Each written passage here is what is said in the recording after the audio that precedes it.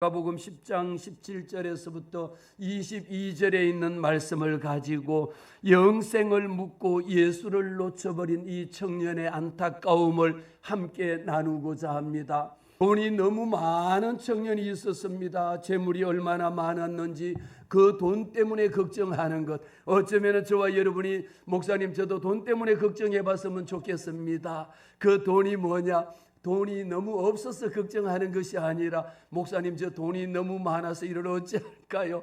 혹시 그런 분 계시면 다 내게로 가져오시기를 바랍니다. 돈이 많아서 걱정하는 청년이 있었는데 이 말씀은 오늘 또 저와 여러분들에게 마가복음에도 나오지만 마태복음 19장에도 나오고 누가복음 18장에도 똑같은 청년의 이야기를 주님이 우리에게 말씀하십니다. 왜 이 말씀을 사복음서를 통하여 똑같은 말씀을 할까요? 오늘 17절 말씀에 이렇게 봅니다. 예수께서 길에 가실 새에 한 사람이 달려와서 꿇어앉아 묻자오되 선한 선생님이여 내가 무엇을 하여야 영생을 얻으리까? 행여 여러분들 마음속에 하나님 앞에 이렇게 어떤 사람이 달려와서 예수님이 지나가신다라는 소리를 듣고 예수 앞에 달려와서 주님 앞에 질문하고 싶은, 때로는 우리가 목사님 이것은 무슨 일입니까? 라고 달려와서 목사님에게 질문하고 싶은 일들도 많이 있지 않습니까? 목사님 어떻게 하면 내가 돈을 더 많이 벌 수 있을까요?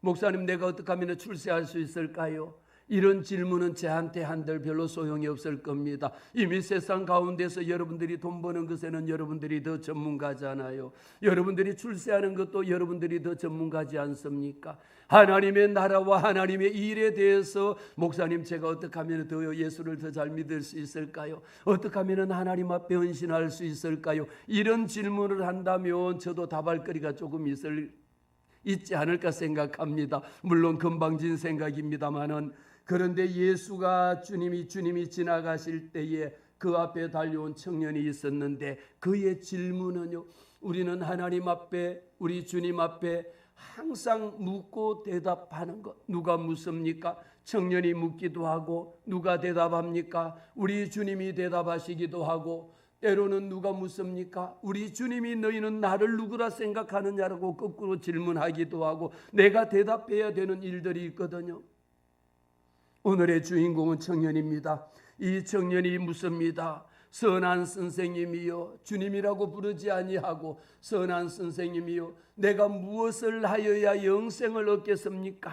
라는 이 질문을 던졌는데, 사실은 이 질문이 얼마나 중요한, 굉장히 중요한 질문이요, 이 한마디 말 속에는요 신학적인 논쟁과 신앙적인 논쟁과 우리의 신앙의 본질과 성경의 가치관을 다 담고 있는 질문 한마디가 무엇일까요? 내가 어떻게 해야 영생을 얻을 수 있겠느냐라는 말인 겁니다. 우리가 예수 믿으면 구원받는다라고 믿고 있습니다. 그러나 내 속에 영생이라고 하는 것은 영원한 생명을 얻는 것인데, 이 청년이 주님 앞에 달려나올 때에도 그냥 오지 않았습니다. 오늘 기록한 그대로 달려나와서 바로 예수님의 발 앞에 꿇어 앉아서 선생님이요 하기 앞에 전에 선한 이라고, 이 세상에서 어쩌면 선생님보다 더 선한 사람이 없다라는 것을 그는 알고 있었습니다. 그래서 달려나와서 묻기를 선한 선생님이라고 불렀습니다. 이 시간이, 이 질문이 우리에게는 큰 의미를 세 가지를 주고 있는데, 어쩌면 오늘 첫 번째가 영생을 향한 가장 진지한 질문이 무엇이겠느냐, 어떻게 해야 영생을 얻겠습니까? 라고 하는 이보다 더 진지한 질문은 없는 줄로 압니다. 이렇게 이 질문으로 시작한 것은 단순한 호기심으로 시작이 된 것이 아닙니다. 어쩌면 한 인생이 걸린 문제요, 어쩌면 우리 인생을 살아가는 방향에 대한 전체적인 방향성을 제시하고 있는 삶의 가장 본질적인 질문입니다. 이 사람은 분명히 준비된 사람이었습니다. 주님이 지나가는 것을 만나기 위하였고, 마음속으로 평소에도 이 질문에 대하여 얼마나 많은 궁금증이 있었고, 내가 영원히 살 수 있는 영생을 얻는 방법이 있는 것인지를 스스로가 생각을 많이 해본 상태였습니다. 그리고 주님 앞에 달려나왔을 때는요, 단순히 달려나와서 이것을 묻고 떠나가겠다라는 것이 아니었습니다. 그는 주님 앞에 달려나왔고 무릎을 꿇었습니다.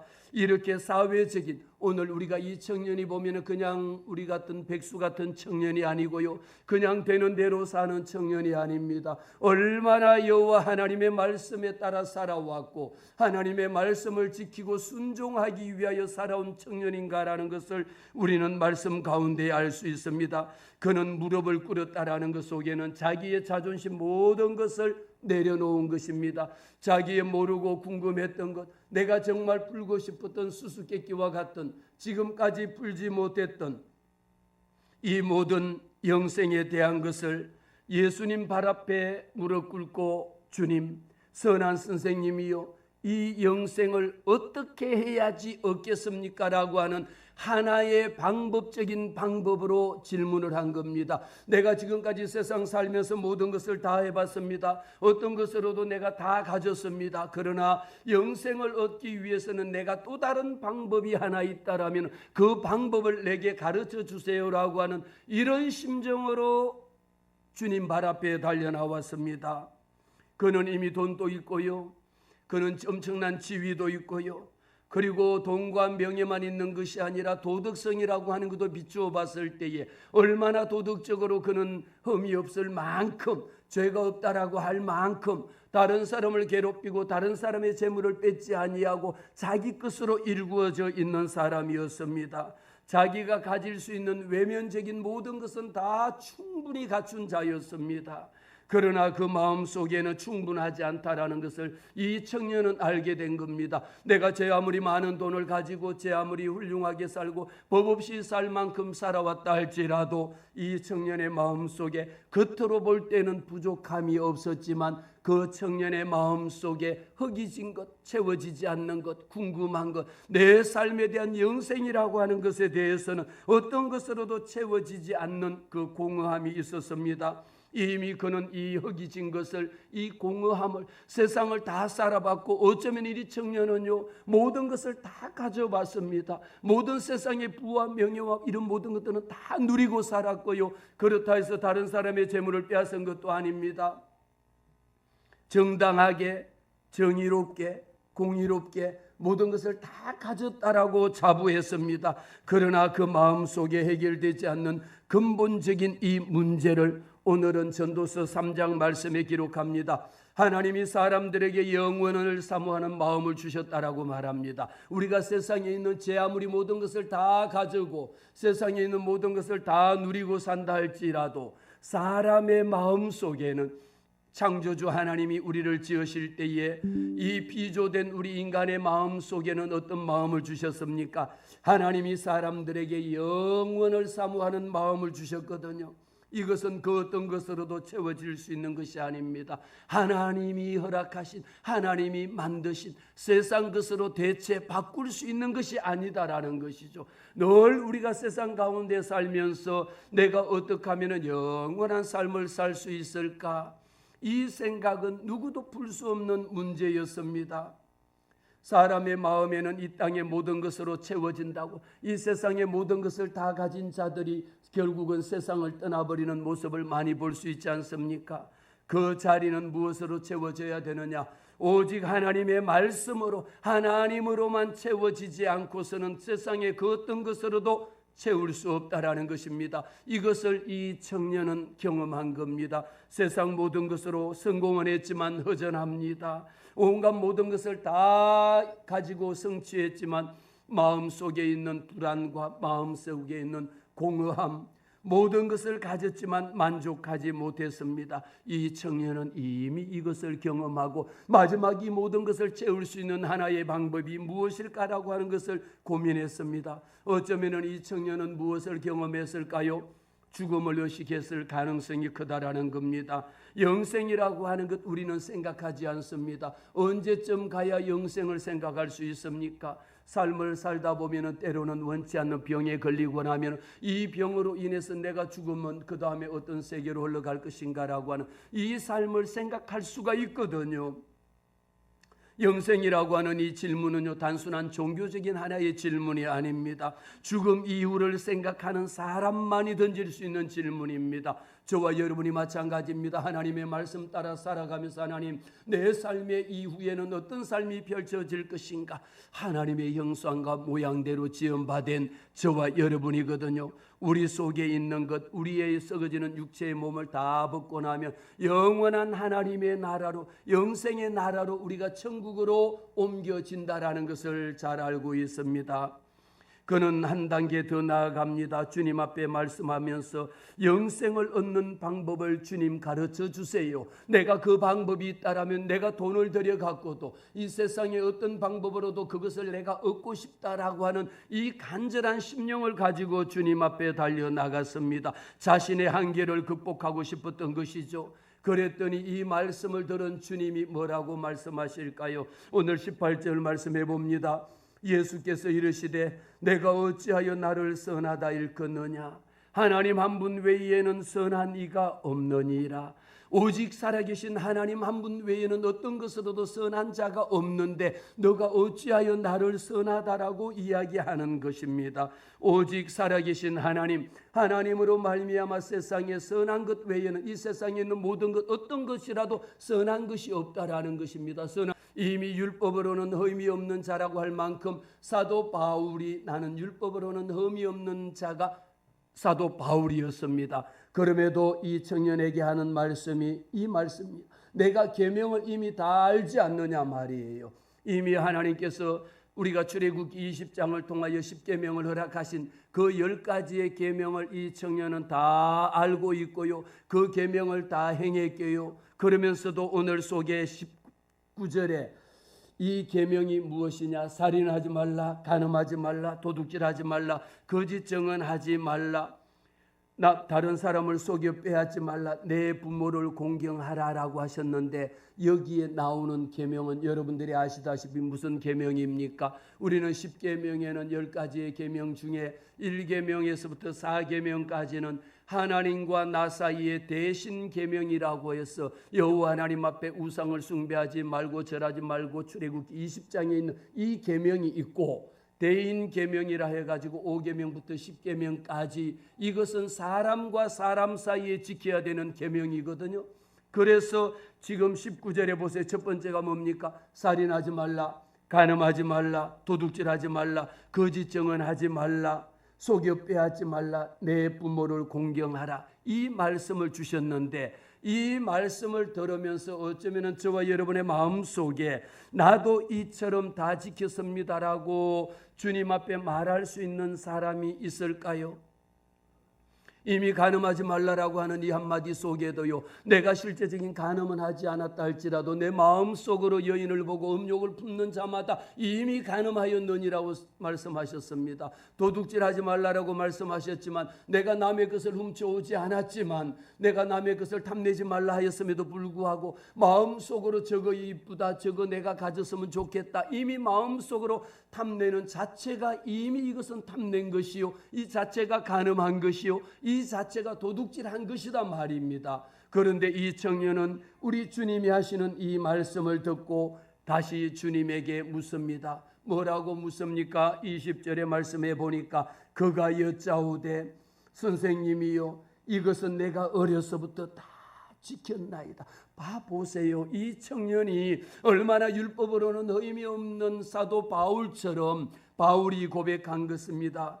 나는 율법으로는 의미 없는 자라고 말했습니다. 그만큼 유대인들이 지키라고 하는 그 율법을 다 지켜 행한 자라고 할 만큼 외형적으로 밖으로 보여지는 것은 그렇게 거룩해 보이는 겁니다. 그래서 바리새인들의 모습과도 똑같은 모습을 우리는 보게 되거든요. 겉으로 나무랄 게 뭐 있겠습니까? 여러분들이 심지어 우리가 목사 또 저도 또 여러분들이 목사님 앞에서도 저는 목사님 간음하지 않았습니다. 저는 도둑질하지 않았습니다. 살인하지 않았습니다. 남의 것을 탐내지 않았습니다. 남의 것을 속여 빼앗지 않았습니다. 이렇게 당당하게 말할 수 있는 사람이 누가 있겠습니까? 눈으로 보는 것이 죄요, 귀로 듣는 것이 죄지 않습니까? 주변에 펼쳐져 있는 모든 것들이 너무도 죄악된 세상 가운데에 저와 여러분이 살아가고 있으니까 우리 하루의 삶이라고 하는 것은요, 모든 것이 죄악 가운데 살아갑니다. 그런데 이 청년은 주님 앞에, 내가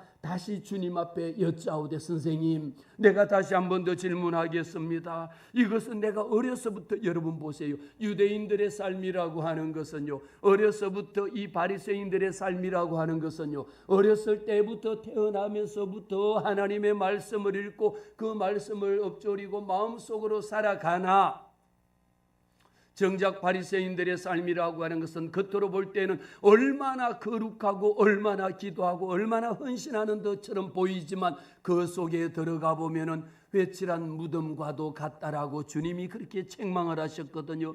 회칠한 무덤은 어떻습니까? 무덤 속의 것을, 무덤을 파본다라면 그 속에는 얼마나 부패하고 냄새나고 이루 말할 수 없는 벌레와 온 모든 것들이 다 그 속에 있을 텐데, 그런데도 불구하고 무덤 위에다가 하얀색으로 회칠을 이쁘게 싹 해두니까 밖에서 보면 그거보다 더 깨끗한 것이 어디 있겠습니까? 어쩌면 바리새인들의 생활이나 바리새인들의 태도나 바리새인들이 예수 앞에 나와서 하는 말이나 이 모든 것들을 보면 그보다 더 훌륭한 율법자들이 없는 겁니다. 어쩌면 하나님의 말씀을 그보다 더 순종하는 자들이 없어 보였습니다. 이 청년 마찬가지로 이렇게 당당하게 말합니다. 선생님이요, 내가 이것은 어려서부터 이미 다 지킨 겁니다라고 볼 때에 내 외부적인 겉으로 보여지는 행동에 대해서는 나무랄 것이 없다, 다른 사람으로부터 책망받을 거리가 없다라는 것을 당당하게 주님 앞에 말한 청년이었습니다. 이 청년의 말씀 속에는요, 우리는 요한복음 17장 3절 말씀에 보면 영생이라고 하는 것이 무엇이냐, 어쩌면 신앙의 가장 본질적인 질문 하나, 어떻게 영생을 얻겠습니까? 라고 하면 이미 저와 여러분들은 영생을 얻은 줄로 믿습니다. 우리의 마음속에는 왜 그럴까요? 요한복음 17장에 영생은 무엇이냐, 곧 유일하신 참 하나님, 그가 보내신 예수 그리스도를 믿는 자체가, 믿는 것, 예수 그리스도를 아는 것 자체가 영생이라고 말했습니다. 저와 여러분 이미 유일하신 하나님 한 분 외에는 다른 신이 없다라는 것을 우리는 알지 않습니까? 만일 이 말씀을 들으면서 저와 여러분의 마음속에 내가 이 신도 섬기고 또 다른 신도 섬기고 또 다른 신도 섬기고 내 마음속에 온갖 많은 범신론을 내 마음속에 있다라면 그는 영생을 얻지 못한 겁니다. 우리가 알고 있는 것은 무엇입니까? 오직 이 말씀 속에 참 하나님, 그 하나님은 유일하신 참 하나님이시고요, 그 하나님께서 그 아들 독생자 예수 그리스도를 보내셨다라는 것을 아는 것이 이미 영생을 얻은 것이니라고 말한 것이거든요. 그래서 저와 여러분은 그 아들 독생자 예수 그리스도를 저와 여러분을 위하여 보내주셨다라고 하는 이 사실을 나는 믿습니다. 오직 유일하신 참 하나님 한 분밖에 구원자가 없다라는 것을 입술로 고백합니다. 이 자체가 이미 저와 여러분에게는 영생의 삶을 하나님이 허락해 주신 겁니다. 그래서 영생은 무엇입니까? 이 청년은 하나님 앞에 나와서 내가 돈으로 살 수 있는 것이 있다면 내가 돈으로 주고 사고 싶습니다. 아니면 또 다른 방법으로 영생을 얻는 것이 있다면 내가 영생을 얻고 싶습니다. 자기가 모든 것을 다 얻었지만 이제 말씀처럼 유일하신 참 하나님을 알고 유일하신 참 하나님의 아들 독생자 예수 그리스도를 내 마음속에 모셔드려야 되는 이 일이 남았는데, 이 청년은 마지막으로 또 한마디 합니다. 예수께서 그를 보시고 청년이, 주님, 나는 이미 선한 선생님 이 모든 것 다 지켰습니다. 착하게 살았습니다. 나는 정당합니다. 나는 바릅니다. 나는 겉으로 봤을 때에 조금도 부족함이 없습니다라는 것을 당당하게 주님 앞에 말씀을 드린 겁니다. 21절에 이 이야기를 들었을 때에 우리 주님의 마음은 어떻겠습니까? 우리 주님께서 왜 1계명부터 4계명은 오늘 말씀 가운데 청년에게 말씀하지 아니하시고 내가 말합니다. 내가 이미 계명을 다 알지 않느냐 말이에요. 너가 그렇게 세상적으로 봤을 때는 다른 사람들에게 손가락질 받지 아니하고 너 나름대로 의롭게 살고 너 나름대로 최선을 다해서 그렇게 선하게 살고 있는 것은 누가 봐도 다 안다라고 하는 것을 주님은 이미 말씀하셨거든요. 그런데 더 중요한 것은 무엇입니까? 이 계명 외에 1계명에서부터 4계명까지 나오는 오직 나는 너의 여호와 하나님이라, 어떤 신을 섬기지도 만들지도 말고 우상을 숭배하지도 말고 절하지도 말고, 이 모든 것은 안식일은 거룩한 즉 안식일을 기억하여 거룩하게 지키라고 하신 이 말씀을 하지 않은 겁니다. 이 청년에게는요, 외부적으로 겉으로 봐보세요. 자기는 두 번째 보면은 계명은 지켰지만 이 마음 중심에는 누가 없다라는 겁니까? 예수 그리스도가 없다라는 겁니다. 이 청년의 삶은 겉으로는 도덕적으로 윤리적으로 세상적인 사고방식으로 그렇게 완벽한 삶을 살고 있었습니다. 그러나 정작 하나님과 관련된 하나님만이 내 삶의 주인입니다라고 하는 이 마음 중심에 예수 그리스도의 중심이 없었다라는 겁니다. 하나님을 내 삶의 주인으로 모셔드리지 않았다라는 겁니다. 우리가 사무엘상 16장 7절에 보면요, 사람은 외모를 보거니와 나 여호와는 중심을 보느니라. 사람들은 보면 겉으로 잘생기고 키가 크고 이쁘고 훌륭하고 겉으로 보면은 반듯한 것을 사람들은 오로지 보는 것은 무엇입니까? 그래서 하나님의 말씀에도 하나님의 성전에 누가 들어올 때 옷을 잘 입고 거창하고 이쁘고 아주 훌륭한 사람 같으면 여기 와서 앉으십시오라고 말하고, 그렇지 않는 사람이 오면 당신이 가서 아무 데나 앉으세요라고 하는다라고 이야기하지 않습니까? 저와 여러분의 마음속에 무엇을 말씀합니까? 사람은 모든 것을 외모로 취합니다. 그러나 하나님은 마음의 중심을 보시는 하나님입니다. 신앙의 본질은 무엇일까요? 이 청년은 겉으로 봤을 때는 이보다 더 정직하고 이보다 더 신실하고 이보다 더 훌륭한 청년이 없었다라는 것입니다. 그러나 그 마음속에 하나님과의 관계를 맺고 있느냐, 하나님하고의 관계를 없느냐라는 것이죠. 왜 주님은 이 청년에게 내가 이 모든 것들을 다 지켰다 할지라도 이제 영생을 얻는 방법이 무엇인가라고 하는 것을 그 청년에게 일러주실 때가 되었거든요. 말씀을 봅니다. 예수께서 그를 보시고, 그를 보시는데 우리는 사람을 볼 때에도 어떤 모습으로 볼까요? 사랑하는 눈으로 바라보면요, 눈에서 보면 하트가 막 나와. 건우야 목사님이 널 사랑하잖아 그러면 말하지 않아도, 내가 너를 I love you 하지 않아도 사랑이 그냥 묻어나오거든요. 그런데 정반대로 얼굴도 쳐다보기 싫은 사람이 있으면 이미 눈에서부터 무엇이 하트가 나오는 것이 아니라 불꽃이 그냥 확 타는 불이 나오고 있단 말이에요. 그런데 우리 주님은 이 청년을 바라봤습니다. 어떤 모습으로 바라봤을까요? 여러분들이 한번 생각해 보시기를 바랍니다. 예수께서 그를 보셨습니다. 사랑하사. 여러분, 주님이 그 청년을 사랑하니까 나는 너가 예수 믿고 구원받기를 원한다. 당신 또 하나님의 자녀가 되기를 원한다. 이 청년이 도덕적으로 율법적으로 윤리적으로 어떤 것 하나 해야 할 것이 없는데 이 마음 중심에는 하나님 중심이 없다라는 것을 주님이 이미 알고 계셨거든요. 우리가 제 아무리 여러분 열심히 헌신봉사 충성한다 할지라도 내 마음 중심에 예수 중심이 아니면 의미가 없는 겁니다. 주님이 어쩌면 이 청년을요 불쌍히 여기시고 긍휼히 여겨주신 겁니다. 너도 예수 믿어야 할 텐데, 너도 하나님의 자녀가 되어야 할 텐데, 영생을 얻는 방법, 여러분 제 아무리 많은 재물을 가지고 있다 할지라도 그 재물을 주고 돈으로도 못 가요 하나님의 나라, 힘으로도 못 가요 하나님의 나라, 명예로도 못 가요. 어떤 것으로도 하나님의 나라는 돈으로 사고 팔 수 있는 것이 아니다 말입니다. 그런데 이 청년은 영생을 얻기 위하여 모든 것을 다 행하고 다 가지고 있고 다 누리고 있거든요. 그 마음 중심에 오늘 주님께서 저와 여러분을 바라보실 때에 사랑하는 눈으로 바라보는 겁니다. 나는 너희를 사랑한다. 내가 너희를 얼마나 사랑했으면 우리가 사순절 기간을 지나면서 그 아들 독생자 예수 그리스도를 나의 죄를 대신하기 위하여 십자가 달려 죽기까지 그렇게 하실 수가 있겠느냐 말입니다. 주님의 말씀입니다. 내게 아직도 한 가지 부족한 것이 있으니 어쩌면 이 청년의 마음 속에는 자랑했습니다. 주님, 선생이 선한 선생님이요, 지금 선생님이 말씀하시는 것을 나는 어려서부터 다 지켰지 않습니까? 아주 당연하게 나보다 더 훌륭한 사람이 누가 있겠습니까? 이 모든 것을 지킨 자가 또 어디 있겠습니까? 라면서 자랑스럽게 당당하게 나보다 더한 사람이 누가 있겠습니까? 라면서 주님 앞에 말했지 않습니까? 주님이 말씀합니다. 그러나 내게 아직도 한 가지 부족한 것이 있나니 내가 가지고 있는 것을 다 팔아서 가난한 사람들에게 나눠주고 그 다음에 그리하면 하늘에서 보화가 있을 것이고 그것을 다 팔아서 가난한 사람들에게 다 나눠준 후에 그 다음에 뭐라고 이야기합니까? 그리고 와서 나를 따르라고 명령하신 겁니다. 이 말씀 속에는요, 어떤 구조를 가지고 있느냐? 우리 주님은 마음을 보시는 여호와 하나님입니다. 사람이 마음으로 자기의 길을 계획할지라도 그 걸음을 인도하는 것은 여호와 하나님이시거든요.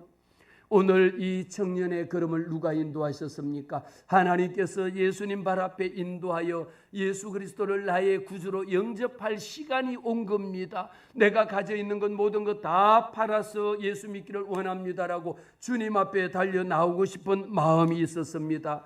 그랬는데도 불구하고 주님이 말씀한 것, 너가 그렇게 질문한 것이 무엇입니까? 선한 선생님이요, 내가 어떻게 하면 영생을 얻겠습니까? 이 질문에 대한 답을 해줘야 될 것 아닙니까? 그 사이에 많은 생각할 수 있는 것을 이야기하신 후에 그래, 영생 얻는 방법을 내가 가르쳐주마. 어떻게 하면 영생을 얻을 것이냐? 그러면서 주님이 대답합니다. 내게 있는 것을 다 팔아 가난한 자들에게 주고 그리하면 팔아서 준다고 해서 끝나는 것이 아니라 내가 팔아 나눈 것만큼 하늘에 보화가 있을 것이고 그리고 와서 나를 따르라고 하는 것이거든요. 그리고 나서 나를 따르라고 하는 이 말씀 속에는 하나님과의 관계를 예수 믿고 구원받는 하나님의 백성으로 거듭나라고 하는 이 간절한 요청을 하신 겁니다.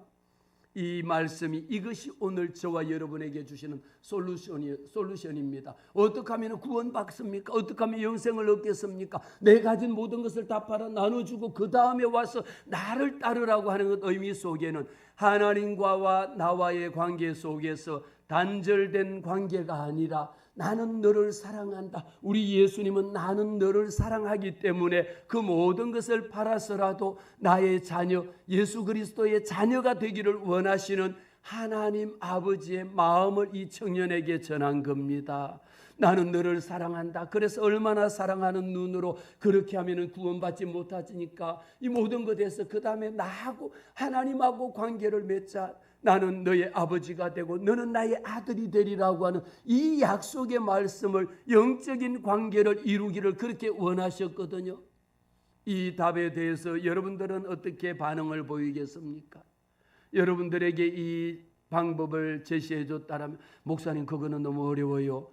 나는 이것만 하고요. 이거는 안 하고요. 이거는 할래요라고 하고 선택할 수도 있습니다. 그러나 오늘 말씀 속에는요, 선택이 아닙니다. 오직 이 말씀 속에는 이것을 다 한 후에 나를 따르라는 것이 주님의 말씀이었습니다. 그랬더니 이 말씀을 듣고 난 후에 그 사람은, 그 청년의 마음 속에는요, 아니 질문은 너무 좋은 질문을 한 겁니다. 신학적으로, 신앙적으로, 구원론적으로 이 모든 것에 다 통틀어서 우리는 한마디의 질문이 있다라면 어떻게 해야 영생을 얻겠습니까? 라고 하는 이보다도 훌륭한 질문은 없거든요. 오늘 이 말씀을 통하여 우리에게 답을 주셨습니다.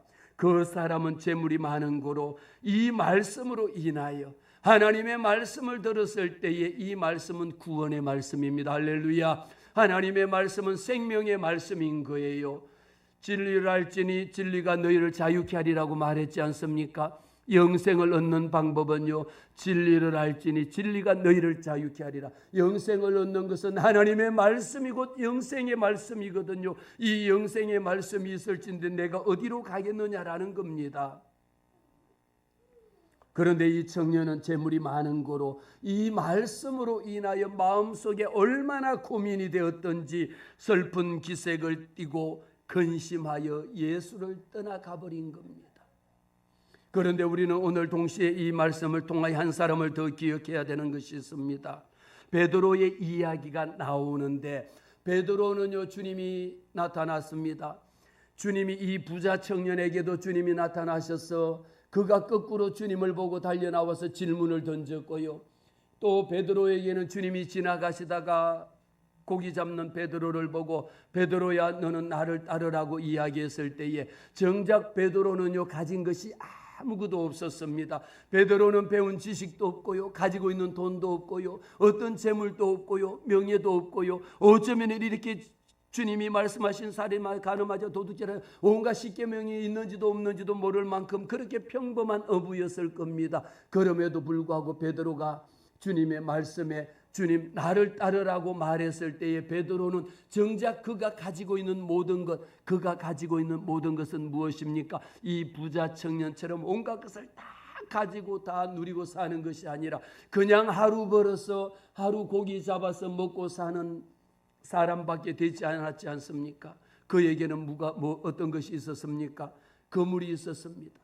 이 그물은요, 이 그물로 고기를 잡아서 가족을 먹여 살리는 것이고요, 이 그물은 평생 자기가 가지고 미래를 열어가는 자기의 꿈을 펼치는 것이 그물입니다. 고기 잡는 사람에게 그물보다 배 한 척보다 더 중요한 것이 어디 있겠습니까? 그랬을 때에 주님이 베드로를 보고 나를 따르라고 했을 때에 베드로는 단 한마디도 주님에게 묻지 않았습니다. 주님 어디로 갑니까? 왜 가야 합니까? 왜 나합니까? 언제 갈 겁니까? 가면 뭐 줄 건데요? 이렇게도 묻지 않았습니다. 묻지도 않고 따지지도 아니하고 나를 따르라고 했을 때에 그가 그물을 던져두고 그를 따르니라. 할렐루야. 그가 묻지도 아니하고 주님이 따르라고 했을 때에 정작 그를 따라서 예수를 따라 나선 것밖에는 없습니다. 베드로가 가장 잘한 일은 무엇일까요? 주님 만난 것이죠. 베드로가 가장 잘한 것이 선택의 순간에 우리는 무엇을 선택할 것입니까? 오늘 우리는 부자 청년도 만나고 베드로도 만났습니다. 그러나 이 두 사람의 똑같은 사람 가운데에 우리는 부자 청년은 하나님 또 믿어서 영생을 얻고 싶고 내가 가지고 있는 이 재물도 놓지 않고 다 두 마리의 도끼를 다 가지고 싶었던 겁니다. 그랬으니까 내가 가지고 있는 이 모든 것을 내려놓을 수가 없으니까 부자 청년은 슬픈 기색을 띠면서 근심하면서 돌아갑니다. 아우 나는 이거 안 되겠네. 이거 영생을 얻으려고 했더니 도저히 안 되니까 슬픈 기색을 띠고 떠나간 후였습니다. 그러나 베드로도 똑같이 주님의 부르심을 받았습니다. 그러나 베드로는 계산하지 않았습니다. 우리가 예수 믿는 것은 내 머리로 생각하고요, 내 이성적인 생각으로 계산하고 판단하고 한다라면 어떤 것으로도 할 수가 없는 겁니다. 오늘 말씀은 무엇입니까? 부자 청년도 나오고 베드로도 나옵니다.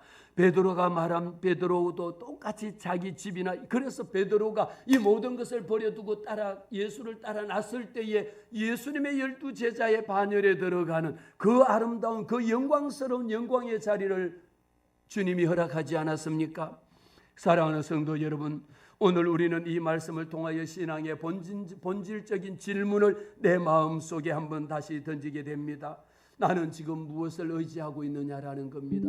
나도 영생도 없고 하나님의 축복도 없고 내가 가지고 있는 이 모든 재산 한 푼도 나는 빼앗기지 아니하고 그러면서 내가 누릴 수 있는 모든 것을 다 누리고 싶다라는 행여 이런 생각을 가지고 있습니까? 아니면 내 마음 중심에 어차피 내 모든 것은 누가 주신 겁니까? 여호와 하나님이 내게 생명 주신 거거든요. 내 생명주를 위하여 하나님이 부르시면 달려갈 것밖에 없지 않습니까? 내일 일은 난 몰라요. 오늘 이 하루하루를 우리는 살아갑니다. 이 하루 동안에 무슨 일이 일어날는지 우리는 알 수가 없습니다. 이 장면을 통하여 주님이 원하시는 것이 무엇이냐, 예수님의 사랑 그리고 예수님이 우리에게 원하는 결정적인 요구 조건이 무엇일까요? 단 하나입니다. 내 마음 중심에 하나님만이 나의 유일한 구세주가 되어주신다라는 겁니다. 나의 주, 나의 하나님, 만왕의 왕이요 만주의 주가 되신 그 하나님만을 내 마음 중심에 모셔드리고 산다라는 겁니다. 주님이 나를 부르실 때에 신명기 6장 말씀에 너는 마음을 다하고 뜻을 다하고 성품을 다하여 내 여호와 하나님을 사랑하라. 우리 하나님이 저와 여러분에게 주신 말씀입니다. 베드로가 하나님의 그 사랑을 입었던 것은 베드로에게는 그물이 전부였지만 자기가 가지고 있는 것을 어떤 것 하나 자기가 선택하려고 초이스하려고 하지 않았습니다. 그냥 내버려두고 그냥 주님을 따라간 것밖에 없습니다.